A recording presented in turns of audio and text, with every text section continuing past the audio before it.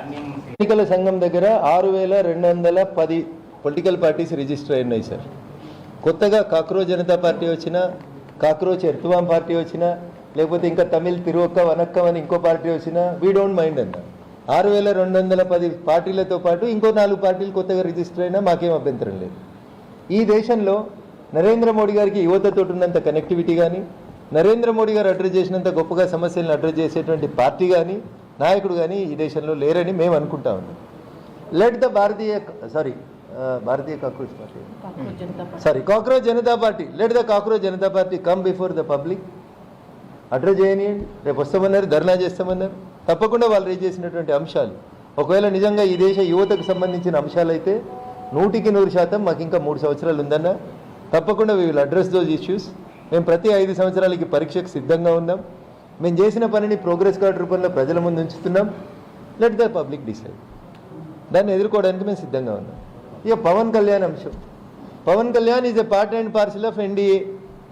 ఆంధ్రప్రదేశ్లో మాతో పాటు కలిసి వారు ఉప ముఖ్యమంత్రిగా భారతీయ జనతా పార్టీ, తెలుగుదేశం పార్టీ కూటమిలో ఉన్నటువంటి సభ్యులు.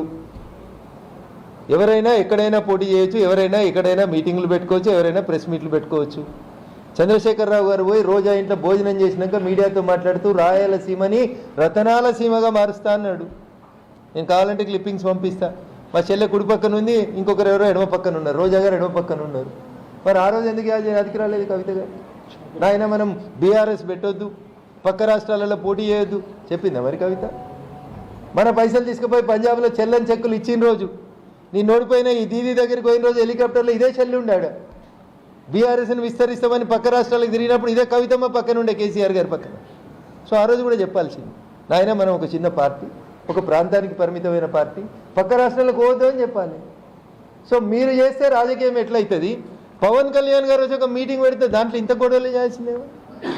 సో వాళ్ళ ఉనికికి ప్రమాదం వచ్చినప్పుడు, తండ్రి, కొడుకు, బిడ్డ, అల్లుడు, రాబోయే వారసుల ఉనికికి ప్రమాదం వస్తే అందరికీ కడుపు నొప్పినేయాలి, అందరూ జై తెలంగాణ అనాలి. వాళ్ళు రొయ్యల పులుసు తీసుకున్నా, పంజాబ్కు పోయి చెల్లని చెక్కులు వంచినా, మహారాష్ట్రలో మనమే గెలుస్తున్నామని అబద్ధాలాడి డబ్బులు రైతులకు వంచినా మనమందరం మౌనంగా ఉండాలి. ఎందుకంటే సారీ చెప్పిండు కదా. సారీ చెప్తే మనం సిట్ అంటే సిట్టు, స్టాండ్ అంటే స్టాండ్. సో డెమోక్రసీలో ఎవరైనా పార్టీ పెట్టుకోవచ్చు, ఎక్కడైనా పోటీ చేయొచ్చు. ఎవరు ఎక్కడ పోటీ చేస్తారన్నా అభ్యంతరం చెప్పాల్సినటువంటి అవసరం లేదు.